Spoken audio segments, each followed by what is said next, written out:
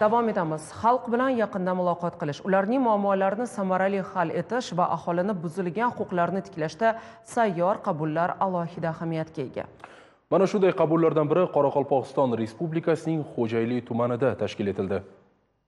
Qoraqalpog'iston Respublikasi sudi va Qoraqalpog'iston Respublikasi ma'muriy sudi. Qoraqalpog'iston Respublikasi sudlari sudyalari kvalifikatsiyaviy sudlash kollegiyasi rahbarlari tomonidan o'tkazilgan sayyor qabulda muammolari bilan murojaat qilgan fuqarolarning masalalari o'rganilib, joyida barham berish choralari ko'rildi. Men endi sharchadim uluma barib-baribda 2.118 ming so'm jag'i sug'urta pulini ajratib berdi ay sayin ana balalarga. Barib sharchadim men. Qachon 3-4 marta barasan, sondan keyin salib beradi. O'zi grafik berib qo'ydi. Ay sayin мысалы, пәлен vaqtda sal debdi. Endi men 70 o'tgan odam постоянно бара бермеймін ғой.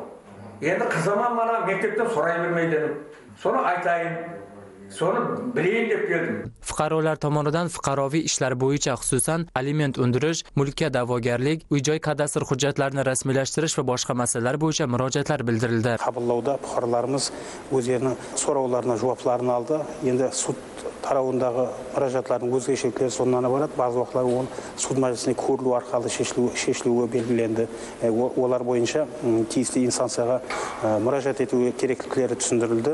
Al boshqa taraf bilan baylanishli murojaatlar bo'ladigan bo'lsa, ularga o'sha rayondagi ham Qoraqalpog'iston o'lkasida tegishli taraf boshliqlarini murojaat etuv kerakligi tushuntirildi. Fuqarolarimiz rozi bo'lib ketdi, ko'pchiligi minnatdorchilik bildirib ketdi. Boshlarga o'ylayman, o'zlarining so'rovlariga javoblar olib, hamda o'zlarining huquqiy savodxonliklarini asr deb o'ylayman. Asosan sayyor qabulda Taxiyatosh, Xo'jayli, Nukus tumanlari, shuningdek Nukus shahridan kelgan 30 ta fuqaroning sud huquq sohasiga bog'liq murojaatlari tinglanib, ularga tegishliligi bo'yicha huquqiy maslahatlar berildi.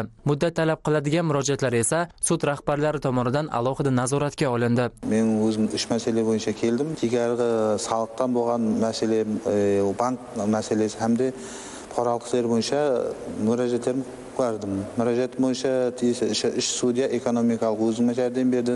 Fuqarolik o'zini isini qadag'alab oladi. Jo'qorg'i sudning boshlig'i Kamolov tarix o'zini tikili qadag'alovini olib, o'zini tikili jardam beruvini ham qanoatlanuvini ma'ni o'zini isini berdi.